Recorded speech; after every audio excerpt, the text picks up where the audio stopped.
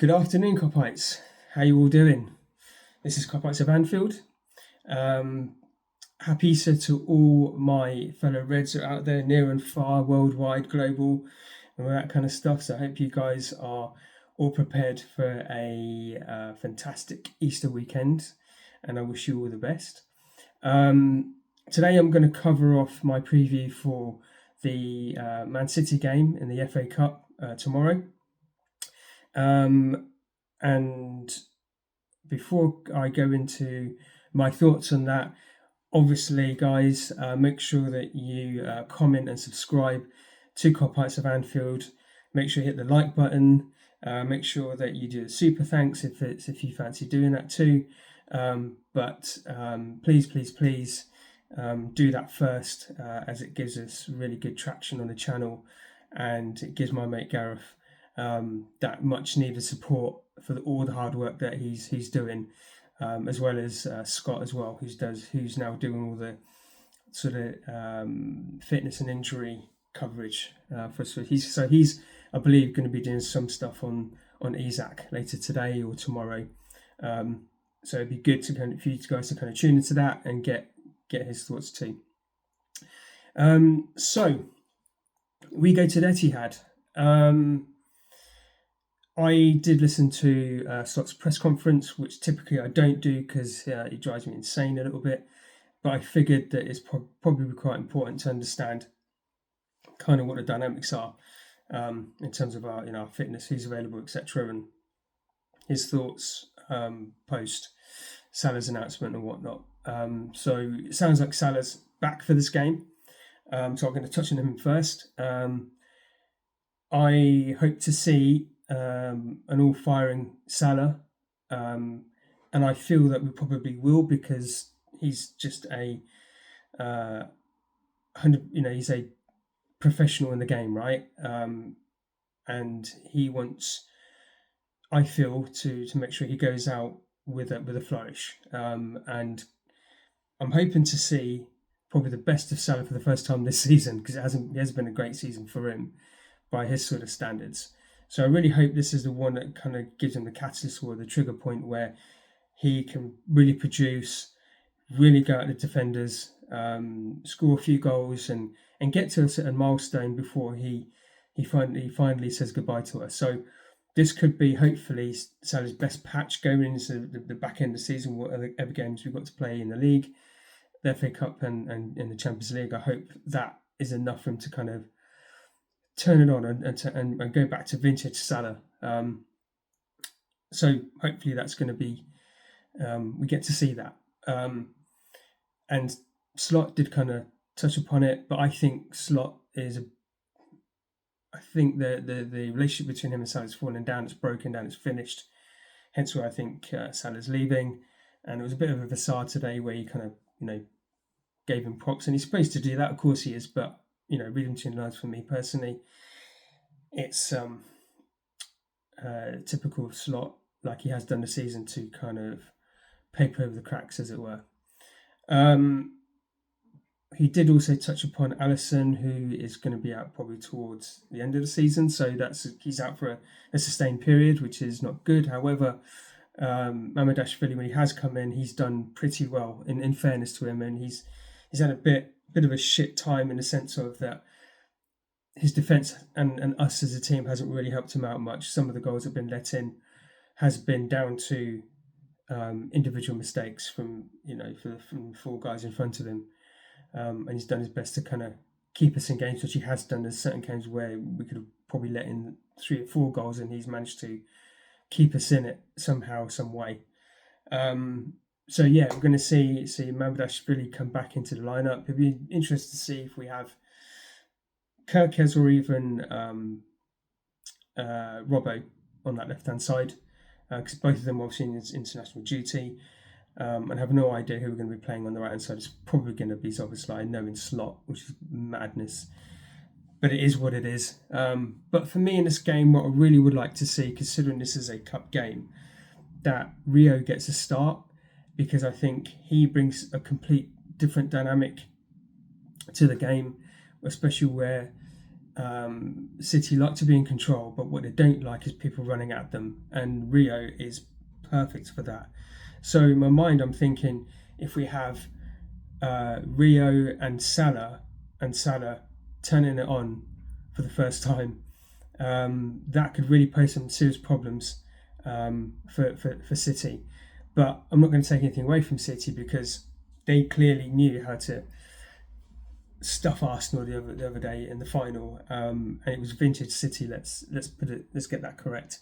They knew how to play that game, and while the first 15 minutes they weren't in it, the rest of the game was full control, and they knew exactly what they were doing, even though they didn't have the full 100% team out. So Arteta got completely schooled, which is not a surprise really because they're playing sort of negative football in my perspective, my view, and so are we. So if we might fall down in the same trap really, and I hope we don't. I'd like to think that we play a similar style like we did last season, where we were quite contained, low block, and we just hit them on a counter, and that worked really really hard. They had no comeback for that, and it was very solid. It was control. It was very controlled, and a really good team performance in keeping them out. So I'm hoping that we see shades of that going into this game.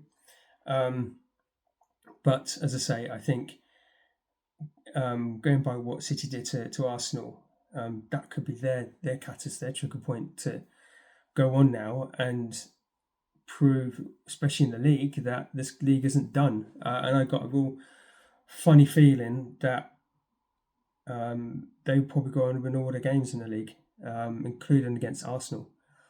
So do they play them again? I think they do.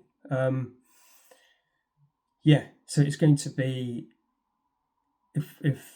if City replicate what they did against Arsenal in the final, they're in trouble, and probably so are we, unless we pull off a tactical masterclass. So we'd love to, as I said, love to see Rio in the side. I'd love to see Hugo in the side. I'd love to see Salah as a front three. The mid, gosh, hasn't been. It's been up and down, isn't it? Really, we have too much of a big hole in our mid. I think we were like a donut in most of our games we've been playing. I'm probably not going to go into that too much detail, to be honest, but I do worry about that. So I think we should go in there with some confidence. I hope that Slot does what I like him to do, but he probably won't. What we would like him to do, he probably won't, and we're probably going to have egg on our faces again. And I don't see this. I'd be happy if it would end up being a draw and we win on penalties or something. That's how sad it is at the moment for me. I can't see us winning it. I can see us getting knocked out, if I'm truly honest. Now, Isak won't be there. Slot did mention that. I forgot to mention that earlier, that he's still not quite ready, and he probably won't be really match fit for another sort of 2-3 games in, I'd imagine. And we don't really want to rush him back too much anyway, and we've had to cope with being without him anyway. So, as it stands today, we're out of the league. We know that. We just got to try and get fourth place. Try and get as far as we can in the Champions League, but again, I can't see us winning that either. The best shot that we have probably got is probably the FA Cup. And so I expect us to go strong, and expect us to kind of wake up, and expect to start on the front foot. That's my hope anyway. And it's probably the hope for all of us, really. So look, I hope for the best for tomorrow. I'd like to be surprised tomorrow and watch a good game of football, because it's been lacking, isn't it? I mean, like, it's been a snooze fest for most of the time. I even watched the Arsenal Chelsea Women's Champions League the other day. My God, I don't think our lads could live with that. The game was fantastic to watch. It was just up and down. They were trying to play some. They did play some good football. Not tried. They played good football up and down that pitch. And I know the quality of the women's game is slightly different, but that's the kind of game I want to watch. And Chelsea, they lost that game Well, they won on the night, but they lost overall. But Jesus Christ, did they really worked hard to try and get to beat Arsenal, and they could have had a couple of goals. It was end to end stuff, and that's how I like us to go and play tomorrow. I don't mind if us getting knocked out, but we play our type of football. The pass and move, controlled, keep the ball moving, create chances, go for shots, that kind of thing. Play some football, not this shit that we're constantly seeing week in, week out. And Arsenal are the masters of doing boring, negative, shite football. Sometimes I just wish I could take a gun to my head watching some of the stuff that we produce and some of the stuff that even Arsenal producing. But I'm digressing. So look, guys, have a wicked Easter weekend. Hopefully get the right result tomorrow. But if we don't, listen, we're still alive, right? There's still things to do. Spend it with family, enjoy yourselves, and yeah, let's hopefully I get to do a review after the game, and I'm smiling because we've knocked out City. That would be a change, wouldn't it? And then you see me smiling and not swearing and not cursing, which is kind of hard not to do. But anyway, listen, look after yourselves. Tune in. Give us that traction. Let's get up to the numbers that we need. As I said, comment on below. Give us your thoughts, your feelings. Subscribe. Hit the like buttons. Give us as much views as you possibly can, if you don't mind, guys. And yeah, as always, guys, you never walk alone.